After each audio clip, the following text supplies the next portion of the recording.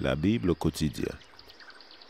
Méditation quotidienne, écrite par le pasteur Israël Leito.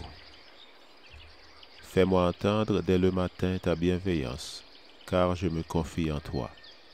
Fais-moi connaître le chemin où je dois marcher, car j'élève à toi mon âme. Psaume 143, verset 8.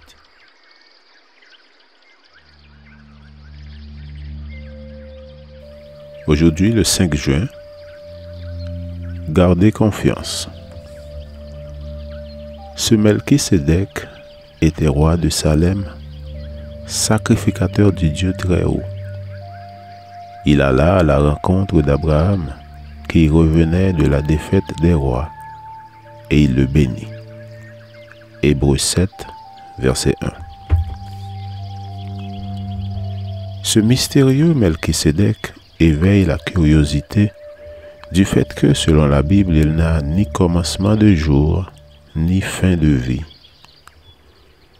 Il semble que cette expression fait allusion au fait que sa généalogie n'a pas été conservée. L'important n'est pas tant le personnage que ce qu'il symbolise. Melchisédek établit un sacerdoce antérieur et distinct de celui d'Aaron, et c'est pourquoi on s'en sert pour représenter le sacerdoce éternel du Christ.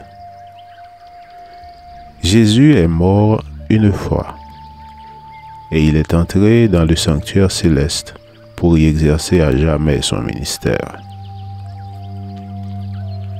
Le livre de la Genèse rapporte que Melchisédek sortit à la rencontre d'Abraham, le bénit, lui offrit du pain et du vin. Le fait est significatif car, ayant reçu la dîme de la part d'Abraham, il lui était supérieur. Pourtant, il traita le patriarche comme un roi et prononça sur lui des bénédictions. Le pain, le vin et les bénédictions offertes à Abraham sont le symbole des bienfaits que le Christ répand sur ses serviteurs. Ellen White présenta ainsi la rencontre. Un autre personnage encore vint saluer le retour du patriarche victorieux en lui apportant du pain et du vin pour restaurer son âme. Abraham, le cœur joyeux, retourna à ses tentes et à ses troupeaux. Mais de sombres pensées vinrent bientôt troubler sa quiétude. Homme de paix, il avait soigneusement évité les querelles et les inimitiés, et voilà qu'il venait d'être mêlé à une scène de carnage et d'horreur. Les nations qu'il avait vaincues ne renouvelleront-elles pas leur déprédation et ne feront-elles pas de lui le point de mire de leur vengeance? Impliqué désormais dans des querelles politiques, ne sera-ce pas la fin de sa vie paisible et pastorale? Autre illustration du sacerdoce de Jésus, dont la vocation est d'encourager, de consoler, de diriger, la rencontre avec Melchisédek était destinée à encourager le serviteur de Dieu et à lui rappeler que le Seigneur tenait son sort entre ses mains. Cette rencontre devait affermir la foi d'Abraham dans la promesse du Seigneur.